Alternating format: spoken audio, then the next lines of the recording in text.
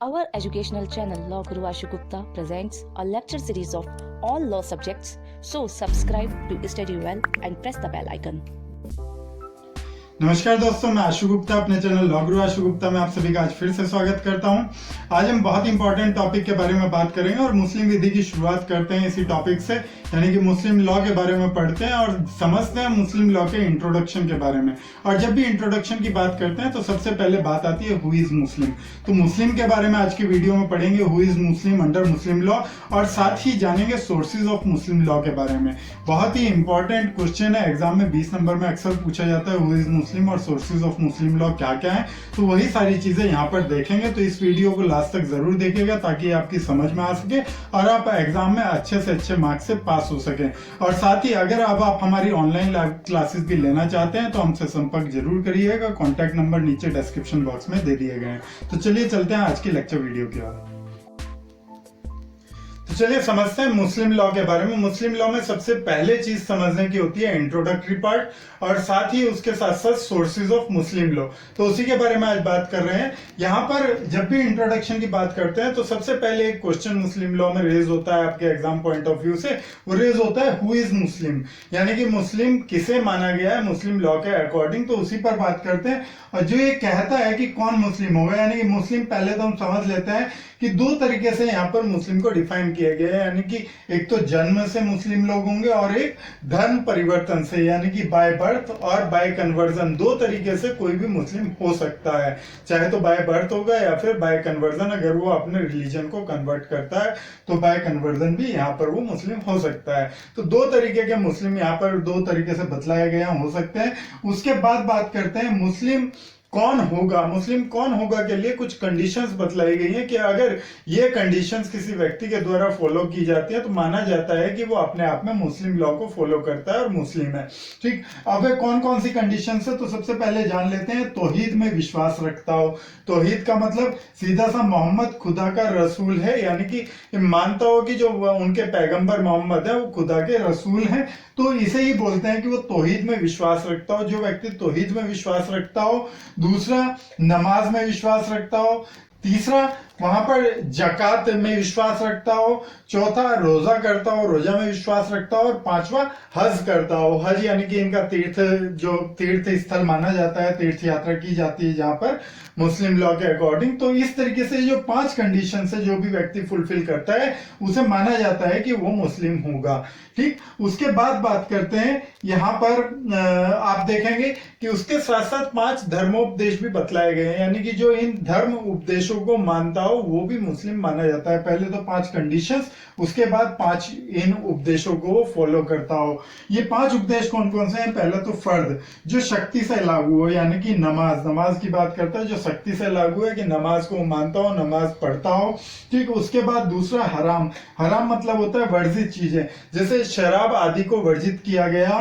तो यहाँ पर कहा जाता है कि ये इन चीजों को, जो हराम चीजें हैं या वर्जित चीजें हैं, उन्हें फॉलो ना करता हो। उसके बाद आता है मंदूब, जिसके पालन की सलाह दी जाती है, यानी कि ईद में, जैसे ईद में अतिरिक्त नमाज, मंदूब उसे बोला जाता है जहां पर जिसके पालन की सलाह दी जाती है, बाइंडेबल नहीं होता लेकिन सलाह जरूर दी जाती है, जैसे ईद में अतिरिक्त नमाज किया जाना। उसके बाद चौथा होता है मकरू, जिसमें कहा जाता है जिसे ना करने की सलाह दी जाती है, जैसे कुछ स्पेशल मीट ना खाने की सलाह यहाँ पर दी जाती है तो उसे बोला जाता है मकरू, जैसे मछली का मीट ना खाना। इस तरीके की कंडीशंस यहाँ पर आती है।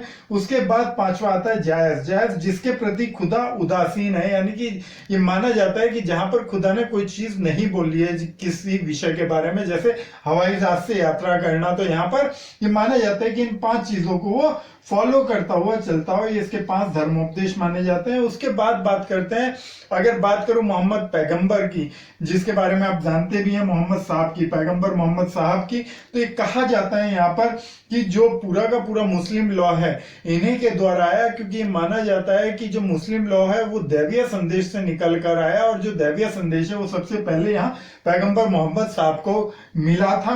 इसीलिए इनके बारे में एक बार जान लेते हैं शॉर्ट में। 29 अगस्त 570 ईस्वी मक्का में इनका जन्म माना जाता है, और ऐसा माना जाता है कि 40 वर्ष की उम्र में इन्हें दैवीय संदेश प्राप्त हुआ था, और उसके बाद 632 ईस्वी में इनकी मृत्यु हो गई। उसके बाद हमने पढ़ा ही था कि विभिन्न विभिन्न तरीके से ये कालखंडों में विभाजित हुआ, किस किस तरीके से मुस्लिम लॉ का विकास हुआ है। अगर आपने वो वीडियो नहीं देखे हैं तो डिस्क्रिप्शन बॉक्स में जाकर देख सकते हैं। अब बात करते हैं इसके सोर्सेज के बारे में, सोर्सेज ऑफ मुस्लिम लॉ क्या कहते हैं। तो मुस्लिम विधि के कुछ स्रोत भी हैं कि कहां कहां से मुस्लिम विधि निकल कर आया, किस तरीके से मुस्लिम विधि निकल कर आया, उसे ही जान लेते हैं। अक्सर ये क्वेश्चन बड़ा इंपॉर्टेंट तरीके से आपके एग्जाम में पूछा भी जाता है। तो वहां पर आता है सोर्सेज ऑफ मुस्लिम लॉ के बारे में बताइए। तो सोर्सेज जो है मुस्लिम लॉ के दो तरीके से डिवाइड किए गए हैं, एक प्राइमरी सोर्स और एक सेकेंडरी सोर्स, यानी कि प्राथमिक सोर्स और द्वितीयक सोर्स। अब सबसे पहले चलिए द्वितीयक सोर्स की बात कर लेते हैं। सेकेंडरी सोर्स ये कहता है कि यहाँ पर मुस्लिम लॉ के कुछ सोर्सेज हैं, जैसे कस्टम यानी कि रूढ़ियां, न्यायिक निर्णय, जुडिशियल डिसीजन, विधान, लेजिस्लेशन, और न्याय, साम्य एवं सद्विवेक यानी कि इक्विटी, जस्टिस एंड कंसाइंस। ये अक्सर हमने और लॉज में भी पढ़े हैं कि ये सारे के सारे जो सोर्सेज हैं वो हर जगह आपको देखने को मिलते हैं। तो यहाँ पर भी मुस्लिम लॉ में सेकेंडरी सोर्सेज के नाम से ये चीजें दी गई हैं कि रूढ़ियों से भी डेवलप हुआ है, जुडिशियल डिसीजन से भी डेवलप हुआ है, उसके बाद लेजिस्लेशन से भी आया है, उसके बाद इक्विटी, जस्टिस एंड कंसाइंस तो हर जगह रहता ही है। उसी के बिहाफ पर लॉ, यहाँ मुस्लिम लॉ डेवलप हुआ है, सेकेंडरी सोर्सेज।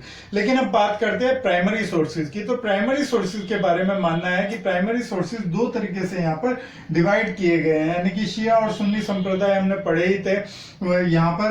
तो शिया और सुन्नी संप्रदाय के अनुसार ये माना जाता है कि प्राथमिक सोर्सेज ऑफ मुस्लिम लॉ अलग अलग है। तो इसी तरीके से इन्होंने यहाँ पर डिफाइन किए हैं। हालांकि एक ही बात है, लेकिन इन्होंने अलग अलग तरीके से इसे बतलाया दोनों ही संप्रदाय ने। अब किस तरीके से बतलाया वो भी पढ़ लेते हैं। तो यहाँ पर शिया के अनुसार देखते हैं। जो शिया कहते हैं कि इसके चार प्राथमिक सोर्स होते हैं। पहला कुरान तो डेफिनेटली हो गए, रिटर्न में है, यहाँ पर भी कुरान दिया गया है। उसके बाद आता है सुन्नत, उसके बाद इजमा और उसके बाद क्यास। अब कुरान तो एक बुक हो गया जो रिटर्न फॉर्म में मोहम्मद पैगंबर के द्वारा दिया गया है, और दैवीय उपदेश जो लिख दिया गया है उसे माना जाता है। अब यहाँ पर जो सुन्नत है, सुन्नत बोला जाता है मोहम्मद साहब के कार्य और आचरणों ने संकलित करके यहाँ पर रख दिया गया और उसे बतलाया गया प्राथमिक सोर्स, यानी कि primary source of Muslim law. उसके बाद आता है इजमा, जहां पर मोहम्मद साहब के जो अनुयायी हुए, यानी कि मोहम्मद साहब को फॉलो करने वाले या फॉलोवर हुए या उनके पीपल्स हुए, उनके शिष्य हुए, उनके जो संदेश थे वो यहाँ पर इजमा में कलेक्ट किए गए, संकलित किए गए, उन्हें बोला जाता है इजमा, यानी कि primary source of Muslim law. उसके बाद आता है कयास। कयास होता है यानी कि जिसके विषय में ये तीनों मौन है, यानी कि जहां पर ऐसे विषय आते हैं जिसके बारे में ना तो कुरान में कुछ बतलाया गया है, ना सुन्नत में बतलाया गया है, ना इजमा में बतलाया गया है, तो वहां पर बोला जाता है उसे कयास में डाल दिया जाता है उन विषयों को। तो यहां से भी कहीं ना कहीं primary source of Muslim law देखने को मिलते हैं, मुस्लिम लॉ का डेवलपमेंट देखने को मिलता है। अब बात करते हैं सुन्नत। सुन्नत के बाद ये कहा जाता है कि सुन्नत फिर तीन पार्ट्स में डिवाइड हो जाता है। तीन पार्ट में ये प्राइमरी सोर्स जो है फिर आगे बढ़ता हुआ दिखाई देता है। कैसे? सुन्नतुल कौल, सुन्नतुल फेल और सुन्नतुल तकरीर। सुन्नतुल कौल में कहा गया है मोहम्मद साहब के आचरण को संकलित कर दिया गया है। सुन्नतुल फेल में उनके व्यवस्था वचन को संकलित किया गया है, जो उनकी व्यवस्थाएं थी, जो उनके वचन थे व्यवस्था को लेकर, उन सबको संकलित कर दिया गया है। और सुन्नतुल तकरीर में जिन मामलों में जो पैगंबर साहब थे, जो मोहम्मद साहब थे, वो चुप रहे, उन मामलों को यहाँ सुन्नतुल तकरीर में दर्शाया गया है। तो इस तरीके से ये सुन्नत तीन तरीके से डिवाइड होता हुआ दिखता है। और यहाँ पर इजमा की बात करूं तो इजमा भी तीन तरीके से बतलाया गया है कुछ किताबों में, जो एक कहता है कि पैगंबर के साथियों का इजमा, यानी कि एक इजमा तो वो हो गया जो पैगंबर के अनुयायियों या साथियों ने दिया। दूसरा हो गया विधिवेत्ताओं का इजमा, जो ज्यूरिस्ट आते हैं, मुस्लिम लॉ के जो ज्यूरिस्ट हैं, उन्होंने अपनी जो बातें रखी उन्हें विधिवेत्ताओं का इजमा बोल दिया गया। उसके बाद मुस्लिम विधि का इजमा, यानी कि जो मुस्लिम लेजिस्लेशन बना उनके अकॉर्डिंग जो बातें कही गई वो मुस्लिम विधि के इजमे के अंतर्गत रख दी गई। और इस तरीके से यहाँ पर शिया के अनुसार primary source of Muslim law देखने को मिलते हैं। अब बात करते हैं कि सुन्नी के अनुसार, सुन्नी संप्रदाय के अनुसार किस तरीके से sources of Muslim law define किए गए हैं। तो यहाँ पर हम देखते हैं कुरान, इमाम, अहदीस, कयास, ये चार तरीके से यहाँ पर भी बतलाया गया है। अहदीस के बारे में बतलाया गया है कि अहदीस फिर तीन पार्ट में डिवाइड होता हुआ दिखता है। अहदीस मुतावर जो पूर्णतः प्रमाणिक हो, यानी कि इसमें ऐसी बातें संकलित की गई है जो पूरी तरह प्रमाणिक है। उसके बाद आता है हदीस मशहूर है, जहाँ सर्वत्र ख्याति नहीं है, मतलब ये हर जगह जहाँ भी मुस्लिम लॉ एप्लीकेबल है वहां पर ये पूरी तरीके से एप्लीकेबिलिटी इसकी देखने को नहीं मिलती है। कुछ रीजन में है, कुछ में नहीं है, कुछ लोग इसे मानते हैं प्राइमरी सोर्स ऑफ लॉ में, कुछ नहीं मानते हैं। ठीक है, उसके बाद आता है अखबारी वाहिद, जिसका ज्ञान केवल कुछ को है, यानी कि माना जाता है कि कुछ लोगों को जिसका ज्ञान है उसे अखबारी वाहिद में उन चीजों को डाल दिया गया। इस तरीके से यहाँ पर देखने को मिलता है कि जो सुन्नी है वो अपने संप्रदाय के अनुसार इन 4 तरीके से यहाँ पर इसे primary sources of Muslim law के बारे में कहते हैं और मानते भी हैं। इस तरीके से हमने पढ़ा कि जो प्राइमरी सोर्सेज और सेकेंडरी सोर्सेज है किस तरीके से मुस्लिम लॉ की बुक्स में डिफाइन किए गए हैं, और किस तरीके से हमें अगर एग्जाम में पूछा जाता है सोर्सेज ऑफ मुस्लिम लॉ या इंट्रोडक्शन ऑफ मुस्लिम लॉ या हु इज मुस्लिम, तो हम इजीली तरीके से डिफाइन कर सकते हैं। तो उम्मीद करता हूं आपको भी ये समझ आ गया होगा, और अगर समझ आ गया है तो वीडियो को लाइक, कमेंट और शेयर करना बिल्कुल भी मत भूलिएगा। और साथ ही अगर अब आप हमारी ऑनलाइन लाइव क्लासेस भी ज्वाइन करना चाहते हैं तो हमारी वेबसाइट पर जाकर सर्च कर सकते हैं। थैंक यू वेरी मच, धन्यवाद।